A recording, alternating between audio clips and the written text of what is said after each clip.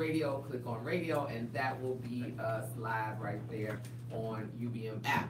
If you want to give us a call and join the conversation, the number is 312-754-4333. But in the studio today, I have, now I don't know how she wants me to say this, I have C. Lynn Williams in the studio, author, speaker, and workshop presenter. How are you, Ms. Lynn Williams? I'm good. How are you? Thank you for having me. No. Thanks for coming amidst all the things that we are doing. This is a, it's a Monday, and Mondays is like a blues Monday, and I have had such a weekend. A girlfriend, I just stopped by, her mother passed. It was quite sudden. So there was a funeral I had to go to today. Good friend of mine, a cousin. I see everywhere I turn around, there's a new dialysis center. Oh, wow. That is popping up, and that is in our communities, and that is because we are not doing something. No, we're not doing something. And so if dialysis centers are popping up more than McDonald's are everywhere, then we are definitely not doing something. And this individual had kidney issues and was on dialysis every day, and so so my sympathy goes out to all the families and everybody who is in any kind of concern with regards to their family, even my own personal family. Sending a prayer out to our King around the town here. So we are on Empower Hour, and usually in the beginning, Cheryl, we start with our news that professionals are listening to for today. And if you hadn't heard, or you weren't traveling, because you travel a lot, right? Yes. Yeah, but if you hadn't been traveling, the world's busiest airport lost power on Sunday, bringing travel to a standstill and leading to the cancellation of more than about 1,100, almost 2,000 flights. And the outage at Hartsfield-Jackson Atlanta International Airport, everybody flies out of that. It is considered the heart of the U.S. air transportation system. May have been caused by a fire in an underground electrical facility. After 11 hours without power, the system was restored shortly before midnight. But that failure affected some 30,000 travelers and should continue to disrupt flights even today on Monday. So we're hoping that everyone just remains, patient. Right, right before the holidays. Yeah, right before it's not even the Christmas or Thanksgiving holiday date yet. But 30,000 travelers were affected, and I'm sure that they are working around the clock to get them back up on order and getting them out traveling. Now, also in the news, CME, which is the world's largest futures exchange, began selling that Bitcoin contract.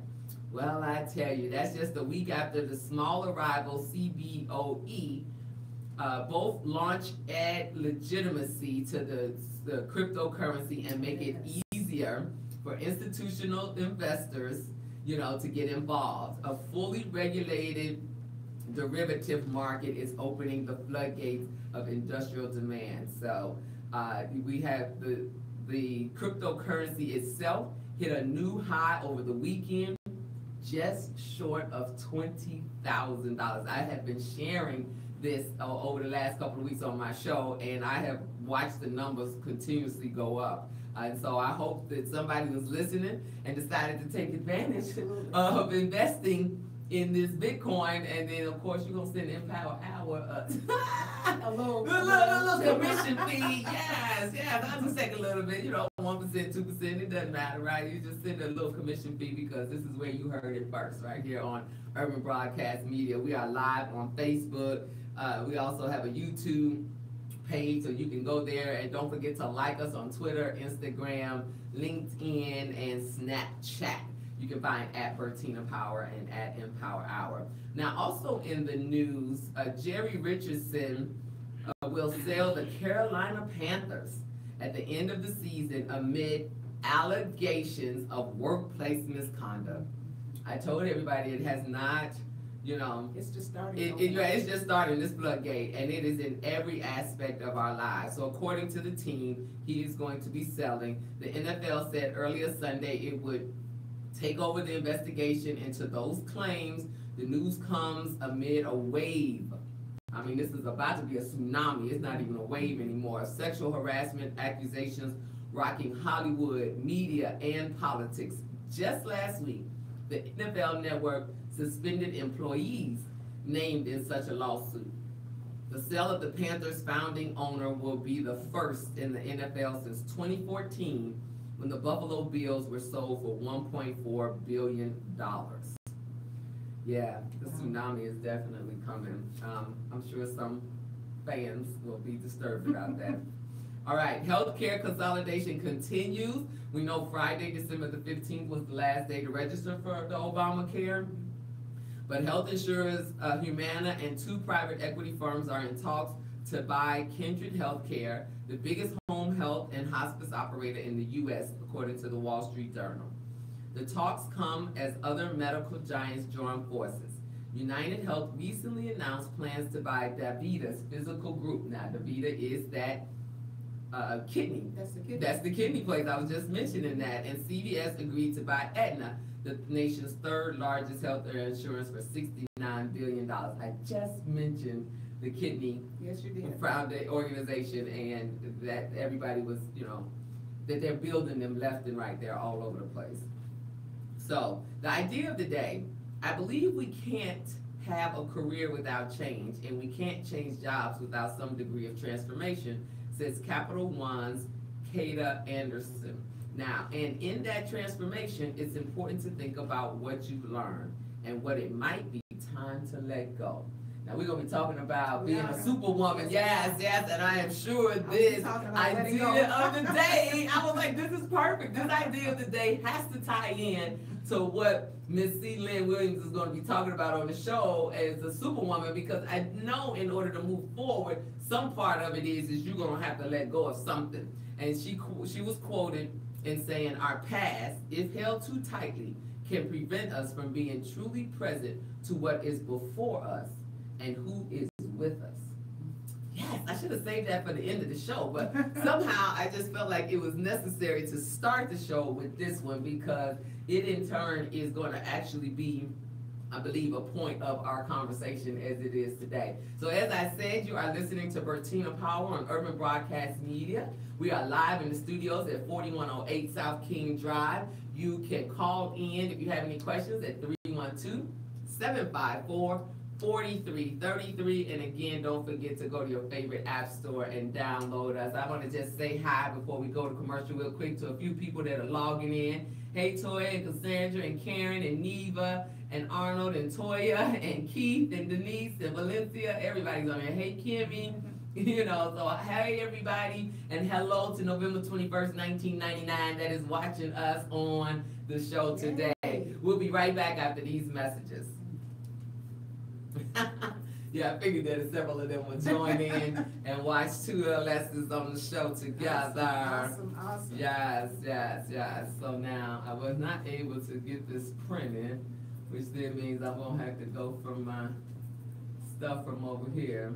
But so when we first come back on, I hate this mic in your face, but just talk nice and loud, okay? Yeah, we can do it that way. All right, and we'll talk about, here, home, Chicago, where you from, that'll be quick. And then we will, and family and everything, and then when we'll come back, we'll go into the more detail about who you are, where you are, and what you're doing. So these are the 4 books you've written. Okay. Are we offering a discount to anybody who's ordering books by using the Empower Hour? Oh, that'd be fine. Okay. Yep. All right.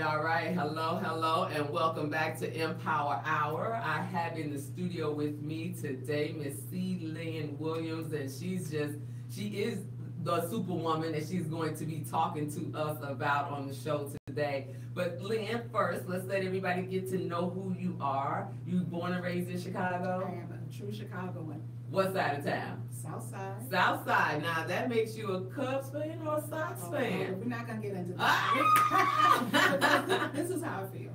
Whoever's winning. Mm-hmm. Now I grew up Cubs fan. Okay. My granddad, my dad, we all watched the Cubs. Okay. However, when the Sox won the pennant, Mm-hmm. right? Then you had to love the Sox. You had to love the Sox. And then, of course, the Cubs came through. So. Of course, finally, what was that, 100 years? 100 years. Yes. Oh my God. Well, we'll take it, right? We'll take it. We'll take it. That's it. It's all Chicago. Everybody's got the same address. You know, but, you know, when I was talking to people about that back and forth, most of them said, like you said, we only had 2579 on TV, and Cubs were the only ones that were on TV at the time. Right. So, you know, you were on the south side, but Cubs was all you saw. Exactly. So in some ways, that is that. Now, you are a mother as well, I Lynn. am. A wife and a mother, and an entrepreneur. Yes. All right, and so how many children? I have 4 adult children. Oh my goodness. Two are my biological, and 2 Okay. are my blended. Okay. It's called my bonus children. Yes, yes, of course. So you have 2 biological and 2 bonus children. Yes. And they're all grown. Everybody is grown. Everything grown and gone? Well, Not quite I gone. like to talk about that Go because they ahead. leave, but they come back. Then they come They back. come back And- before. And that is the life of a mother. It is. Yeah, yeah, grown or, I mean, biological, adopted, you know, godmother, you name it, they come back. Mhm. They come back, and so we're gonna talk about that. Now, where did you go to high school, Cheryl? So I went to Kenwood. Okay, all right. Kenwood, Broncos in the house. Broncos, all right, you Broncos. We'll give you a shout out today. Now, did you go to college in Chicago, or did you go away? I went to a small school. It was a girls' college in Lake Forest. It was Okay. Vera College. It's now closed. But I was underage, and my mom was like, "You were going to a small school." Mm. And I just couldn't hear it because Michigan State was where I wanted to go. Our family had gone there, and I was like, why not? But yeah, small girls' school, which really helped me develop the character that I have today. Gotcha. So I believe in those same-sex schools. Oh, really? I really Okay, do. okay. Now, did your children go to same-sex schools, or did they say, no, Mom, we want to go to No, they co-ed weren't hearing it. schools? The only chance I had was my son, my youngest, my Uh-huh. son, and I wanted to send him to Mount Carmel when I was teaching. Okay. He was like, I'm gonna run away. I know that's right. It's like education or force you to my way, right? Yeah, we're gonna go with education. All right, so you have to do that. Now, so you personally deal with the issues that mothers today and daughters, you know, obviously your daughter as well, and taking care of family members and everything else. That you deal with all of that and a part of that world. I definitely do. And I'll tell you why. When I was growing up, and I don't know if this is your generation or not, but those who are out there listening, you know that there was a generation where you were seen and not heard. I Yes. can remember them saying, this is not part of you're not part of this conversation. I mean, we were there as kids, and kids had a place. And so growing up, you know, you just listened, and if you could say something without retribution, and you know what I'm talking about. Mm-hmm. And nowadays, kids not only say anything, but, you know, sometimes the parents aren't listening. And so I always want to help facilitate that conversation, because with everything that we have, with the technology that's going on, with the globalness, Yes. you know, you say it, it's out everywhere. Yes, know, and you can't take it back. And you cannot take You it back. cannot take it back. So I always. That like to old way talk of about- calling and apologizing and ending it and squashing it right then and there, that is gone. Oh, it is. It is out there, it is there to stay. It So I is. agree, yes. And so you like to facilitate. So I've done things like, you know, one of the hardest relationships, I believe, is that mother-daughter relationship, Mm. because you see a lot of you in her. You don't want to recognize it necessarily, but it's that, you know, anxiety. She's trying to be like you, whether you like it or not. Mhm. And a lot of times moms are really busy. You know, Mhm. some of us are doing what we're doing. We're working, we're running a business, we might be in several different nonprofit organizations. And taking time, and this is what I always like to tell parents, take that time. You never know when you're gonna get it again Right. and how influential you're gonna be. So I have retreats that I offer mothers and daughters and ease, just so you can have time to understand that young lady or that grown woman that's Yes. living with you. Yes, yes, and coming into place. And my mother, who always listens to the show, I got to believe is the biggest fan, obviously, of her daughter, all her children. She's a mom's mom, right? I call her a mom's mom. And, you know, one of the things is that when I graduated from college, started on my first job, I called her and said, I just want to thank you. Right, you know, I just want to give these thanks. I'm gonna give it to all 4 of us. You know, I doubt if they ever call you and recognize the moment I'm recognizing right now, as I had graduated and started a new job. Right. And by the time 5 o'clock rolled around, I just wanted to fall flat on my face on the bed and go to sleep. Lo and behold, never would I think that I can come home and do homework and cook dinner and, you know what I'm saying, do all the things my mom did after her job. And I was just like, I just want to go to bed. Right. And so I was like, you know, I just want to thank you for all that you did then. And you know, daughters out there, you know, I just told you a good friend of mine lost her mom just, I'm sure she and her mom knew that they loved each other, but all relationships don't always, you know, interact that way, and you get complacent. I would say. You take them for granted. Exactly. Right? What else? You say those words that you don't mean them. You know, you're either exhausted or you are frustrated or both of those things, and so you say things that later you may not be able to take back. People stop speaking for years for really small issues. So I say, enjoy the roses while the roses are here, and that's usually the moms and or the daughters. Right. I would agree. And I thank you for bringing that to the point. Now, there's this other love-hate situation with mothers and sons. Oh my God. Right? Because see, I'm a mother of 2 boys, so I don't have the daughter thing, and I think I tell everybody this all the time. They know I'm joking, but I'm true. I said, orange is not a good color for me, which is why God gave me boys and not a girl, because I think I would have lost it by now. But even with having a young man that is, you know, quite the speak his mind and, you know, and challenges me on some things, I encourage it, and I tell people all the time, oh, if he asks, I'm going to give him the truth. I'm not doing that dance around because I said so conversation, because I want you to have the information to make an educated decision. Absolutely. That's what I tell them all the time. Absolutely. I mean, how do we expect our kids to be, you know, great, to be leaders in this next generation if we're not constantly giving them, empowering them? With the boys, one of the things I always like to say to parents, because I have, you know, both sets, is that we love our boys, we love our sons, and we raise our daughters. Right. And that's a hard discussion. So when I say love, of course you love them both. I don't mean to say that you don't love your daughters. No. But you love up on them and you let them get away with stuff. You know, that's what it is. Yeah, you don't hold them accountable, and then that in turn is where it all goes haywire. And then the women are left with these men and want women to do everything for them because that's what their mother did. Well, my mama did it. My mama did this. My mama did that, and she done.